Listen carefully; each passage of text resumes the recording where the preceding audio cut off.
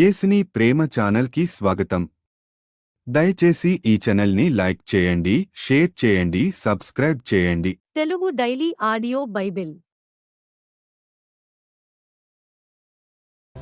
యెషయా గ్రంథము 4వ అధ్యాయము.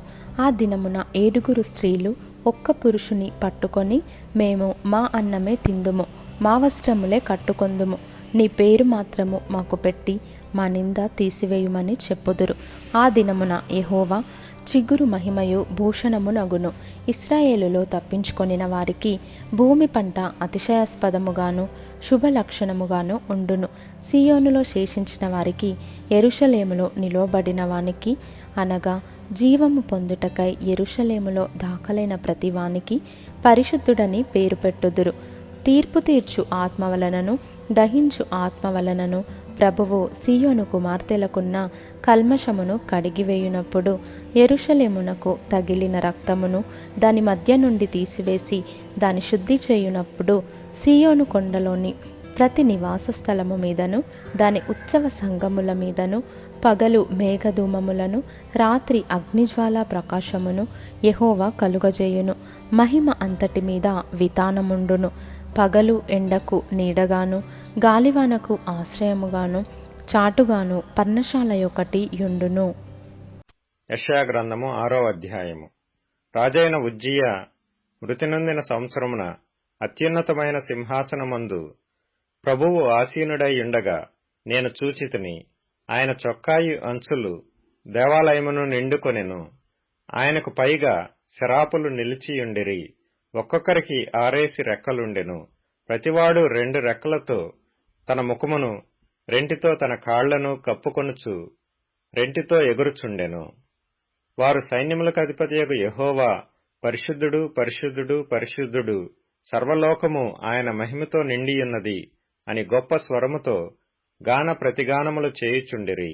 వారి కంఠస్వరము వలన గడప కమ్ముల పునాదులు కదలుచు మందిరము ధూమము చేత నిండగా, అయ్యో నేను అపవిత్రమైన పెదవులు గలవాడను, అపవిత్రమైన పెదవులు గల జనుల మధ్యను నివసించువాడను, నేను నశించితిని.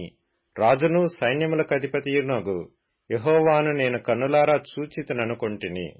అప్పుడు ఆ శరాపులలో నొకడు తాను బలిపీఠము మీద నుండి కారుతో తీసిన నిప్పును చేత పట్టుకొని నా యొద్దకు ఎగిరి వచ్చి నా నోటికి దాని తగిలించి, ఇది నీ పెదవులకు తగిలెను గనుక నీ పాపమునకు ప్రాయశ్చిత్తమాయెను, నీ దోషము తొలగిపోయెను అనెను.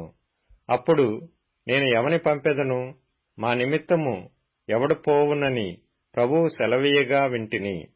అంతట నేను, చిత్తగించుము, నేనున్నాను, నన్ను పంపుమనగా ఆయన, నీవు పోయి ఈ జనులతో ఇట్లనుము, మీరు నిత్యము వినుచుందురు గాని గ్రహింపకుందురు, నిత్యము చూచుచుందురు గాని తెలుసుకొనకుందురు. వారు కన్నులతో చూచి, చెవులతో విని, హృదయముతో గ్రహించి, మనస్సు మార్చుకొని స్వస్థత పొందకపోవునట్లు ఈ జనుల హృదయము క్రొవ్వచేసి, వారి చెవులు మందపరచి, వారి కన్నులు మూయించుమని చెప్పెను. ప్రభువా, ఎన్నాళ్ల వరకని నేనడుగగా ఆయన, నివాసులు లేక పట్టణములను, మనుషులు లేక ఇండ్లును పాడగు వరకును, దేశము బొత్తిగా బీడగు వరకును, యెహోవా మనుషులను దూరముగా తీసుకొని పోయినందున దేశములో నిర్జనమైన స్థలములు విస్తారమగు వరకును అలాగున జరుగును. దానిలో 10వ భాగము మాత్రము విడువబడినను అదీను నాశనమగును. సింధూర మస్తకి వృక్షములు నరకబడిన తరువాత అది మిగిలియుండు మొద్దువలే నుండును. అట్టి మొద్దు నుండి పరిశుద్ధమైన చిగురు పుట్టును. యెషయా గ్రంథము 5వ అధ్యాయము. నా ప్రియుని గూర్చి పాడెదను వినుడి. అతని ద్రాక్ష తోటను బట్టి నాకిష్టుడైన వాని గూర్చి పాడెదను వినుడి.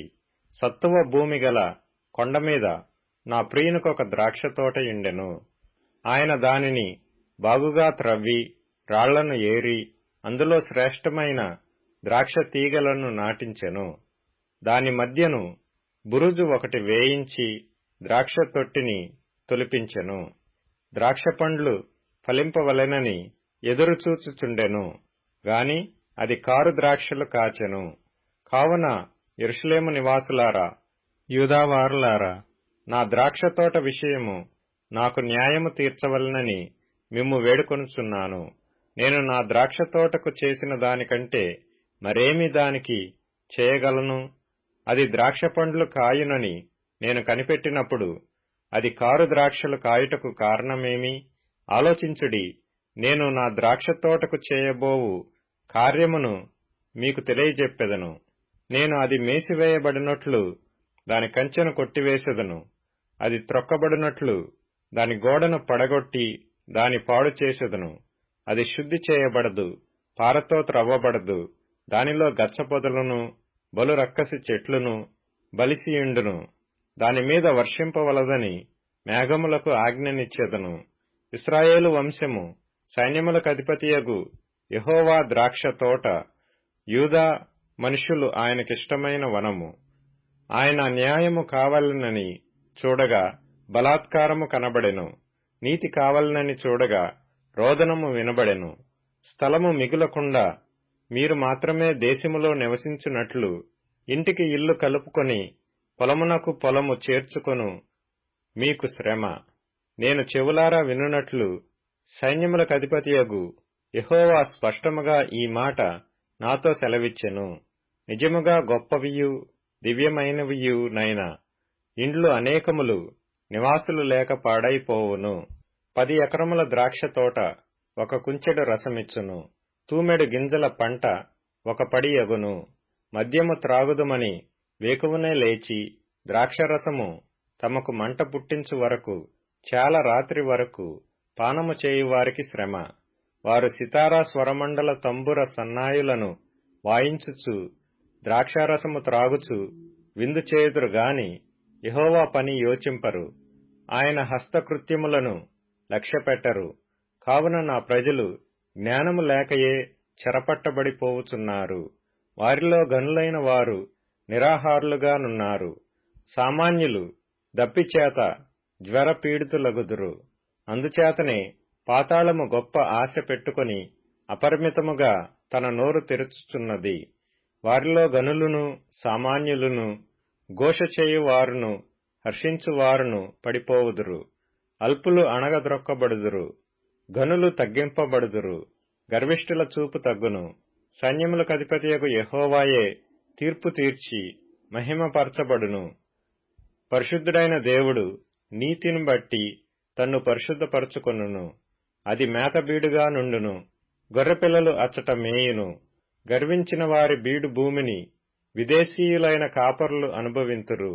భక్తిహీనతయను త్రాళ్లతో దోషమును లాగుకొను వారికి శ్రమ. బండి మోకుల చేత పాపమును లాగుకొను వారికి శ్రమ. వారు ఇట్లనుకొనుచున్నారు, ఆయనను త్వరపడ నిమ్ము, మేము ఆయన కార్యమును చూచినట్లు ఆయనను దానిని వెంటనే చేయనిమ్ము. ఇశ్రాయేలు యొక్క పరిశుద్ధ దేవుని ఆలోచన మాకు తెలియబడినట్లు అది మా ఎదుట కనబడనిమ్ము. కీడు మేలనియు మేలు కీడనియు చెప్పుకొని చీకటి వెలుగనియు వెలుగు చీకటనియు ఎంచుకొని వారికి శ్రమ. చేదు తీపి అనియు తీపి చేదనియు ఎంచుకొని వారికి శ్రమ. తమ దృష్టికి తాము జ్ఞానులనియు తమ ఎన్నికలో తాము బుద్ధిమంతులనియు తలంచుకొని వారికి శ్రమ.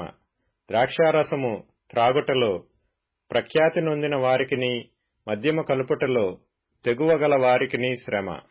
వారు లంచము పుచ్చుకొని దుష్టుడు నీతిమంతుడని తీర్పు తీర్చుదురు.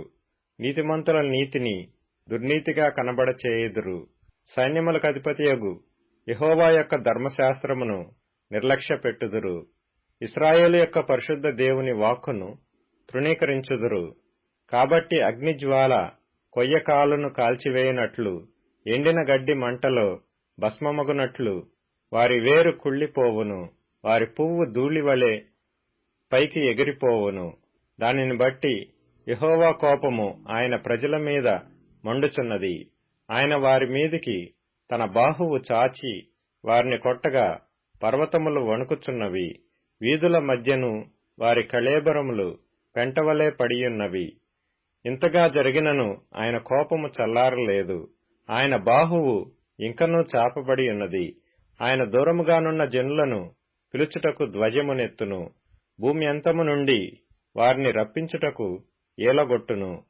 అదిగో వారు త్వరపడి వేగముగా వచ్చుచున్నారు. వారిలో అలసినవాడైనను తొట్రిల్లువాడైనను లేడు. వారిలో ఎవడనూ నిద్రపోడు కునుకడు. వారి నడికట్టు విడిపోదు. వారి పాదరక్షల వారు తెగిపోదు. వారి బాణములు వాడిగలవి. వారి విండ్లన్నీయూ ఎక్కుపెట్టబడియున్నవి. వారి గుర్రముల డెక్కలు చెకుముకి రాళ్లతో సమానములు. వారి రథ చక్రములు సుడిగాలి తిరిగినట్టు తిరుగును. ఆడుసింహము గర్జించినట్లు వారు గర్జించుదురు. కొదమసింహము గర్జించినట్లు గర్జన చేయుచు వేటను పట్టుకుని అడ్డమేమియూ లేకుండా దానిని ఎత్తుకొని పోవుదురు. విడిపింపగలవాడెవడనూ ఉండడు. వారు ఆ దినమున సముద్ర ఘోష వలె జనము మీద గర్జన చేయుదురు. ఒకడు భూమి వైపు చూడగా అంధకారమును బాధయు కనబడును. అంతటా ఆ దేశము మీది వెలుగు మేఘముల చేత చీకటి ఎగును. గలతీయులకు రాసిన పత్రిక 3వ అధ్యాయము. ఓ అవివేకులైన గలతీయులారా, మిమ్మును ఎవడు భ్రమపెట్టెను? సిలువ వేయబడిన వాడైనట్టుగా యేసుక్రీస్తు మీ కనుల ఎదుట ప్రదర్శింపబడెను గదా. ఇది మాత్రమే మీ వలన తెలుసుకొనగోరుచున్నాను. ధర్మశాస్త్ర సంబంధ క్రియల వలన ఆత్మను పొందితిరా, లేక విశ్వాసముతో వినుట వలన పొందితిరా? మీరంతా అవివేకులైతిరా. మొదట ఆత్మానుసారముగా ఆరంభించి ఇప్పుడు శరీరానుసారముగా పరిపూర్ణులగుదరా? వ్యర్థముగానే ఇన్ని కష్టములు అనుభవించితిరా. అది నిజముగా వ్యర్థమగునా? ఆత్మను మీకు అనుగ్రహించి మీలో అద్భుతములు చేయించువాడు ధర్మశాస్త్ర సంబంధ క్రియల వలన లేక విశ్వాసముతో వినుట వలన చేయించుచున్నాడు. అబ్రహాము దేవుని నమ్మెను, అది అతనికి నీతిగా ఎంచబడెను. కాబట్టి విశ్వాస సంబంధులే అబ్రహాము కుమారులని మీరు తెలుసుకొనుడి. దేవుడు విశ్వాసమూలముగా అన్యజనులను నీతిమంతులుగా తీర్చునని లేఖనము ముందుగా చూచి, నీయందు అన్యజనులందరూ ఆశీర్వదింపబడుదురు అని అబ్రహామునకు సువార్తను ముందుగా ప్రకటించెను. కాబట్టి విశ్వాస సంబంధులే విశ్వాసము గల అబ్రహాముతో కూడా ఆశీర్వదింపబడుదురు. ధర్మశాస్త్రము విధించిన క్రియలకు సంబంధులందరూ శాపమునకు లోనయ్యున్నారు. ఎందుకనగా ధర్మశాస్త్ర గ్రంథమందు వ్రాయబడిన విధులన్నీయు చేయుటయందు నిలకడగా ఉండని ప్రతివాడును శాపగ్రస్తుడు అని వ్రాయబడియున్నది. ధర్మశాస్త్రము చేత ఎవడునూ దేవుని ఎదుట నీతిమంతుడని తీర్చబడను సంగతి స్పష్టమే. ఏలయనగా నీతిమంతుడు విశ్వాసమూలముగా జీవించును. ధర్మశాస్త్రము విశ్వాస సంబంధమైనది కాదుగాని దాని విధులను ఆచరించువాడు వాటి వలననే జీవించును. ఆత్మను గూర్చిన వాగ్దానము విశ్వాసం వలన మనకు లభించినట్లు అబ్రహాము పొందిన ఆశీర్వచనము క్రీస్తు యేసు ద్వారా అన్యజనులకు కలుగుటకై క్రీస్తు మన కోసము శాపమై మనలను ధర్మశాస్త్రము యొక్క శాపము నుండి విమోచించెను.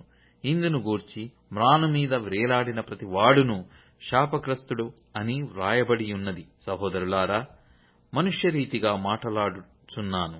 మనుషుడు చేసిన ఒడంబడిక అయినను స్థిరపడిన తరువాత ఎవడును దాని కొట్టివేయడు, దానితో మరేమియు కలుపడు. అబ్రహామునకును అతని సంతానమునకు వాగ్దానములు చేయబడెను. ఆయన అనేకులను గూర్చి అన్నట్టు సంతానములకును అని చెప్పక ఒకని గూర్చి అన్నట్టే నీ సంతానమునకును అనెను.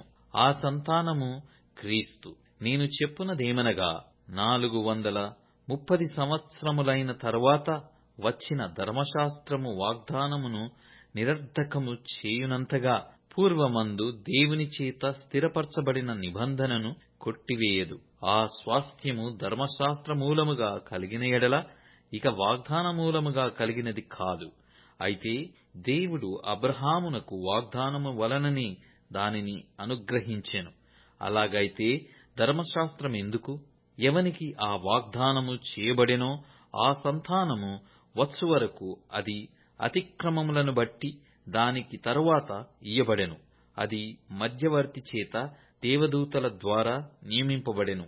మధ్యవర్తి యొకనికి మధ్యవర్తి కాడు గాని దేవుడొక్కడే. ధర్మశాస్త్రము దేవుని వాగ్దానములకు విరోధమైనదా? అట్లనరాదు. జీవింపజేయ శక్తిగల ధర్మశాస్త్రము ఇయ్యబడియున్న ఎడల వాస్తవముగా నీతి ధర్మశాస్త్ర మూలముగానే కలుగును గాని యేసుక్రీస్తునందలి విశ్వాస మూలముగా కలిగిన వాగ్దానము విశ్వసించు వారికి అనుగ్రహింపబడినట్లు లేఖనము అందరినీ పాపములో బంధించెను. విశ్వాసము వెల్లడి కాకమునుపు ఇక ముందుకు బయలుపరచబడబోవు విశ్వాసమవలంబింపవలసిన వారముగా చెరలో ఉంచబడినట్టు మనము ధర్మశాస్త్రమునకు లోనైన వారమైతిమి. కాబట్టి మనము విశ్వాస మూలమున నీతిమంతులమని తీర్చబడినట్లు క్రీస్తునొద్దకు మనలను నడిపించుటకు ధర్మశాస్త్రము మనకు బాలశిక్షకుడు ఆయెను. అయితే విశ్వాసము వెల్లడి ఆయెను గనక ఇక బాలశిక్షకుని క్రింద ఉండం. యేసుక్రీస్తునందు మీరందరూ విశ్వాసము వలన దేవుని కుమారులయ్యున్నారు. క్రీస్తులోనికి బాప్తిస్మము పొందిన మీరందరూ క్రీస్తును ధరించుకొనియున్నారు. ఇందులో యూదుడని గ్రీసు దేశస్థుడని లేదు, దాసుడని స్వతంత్రుడని లేదు, పురుషుడని స్త్రీ అని లేదు. యేసుక్రీస్తునందు మీరందరూ ఏకముగా ఉన్నారు. మీరు క్రీస్తు సంబంధులైతే ఆ పక్షమందు అబ్రహాము యొక్క సంతానమైయుండి వాగ్దాన ప్రకారము వారసులైయున్నారు. దయచేసి ఈ ఛానల్ని లైక్ చేయండి, షేర్ చేయండి, సబ్స్క్రైబ్ చేయండి.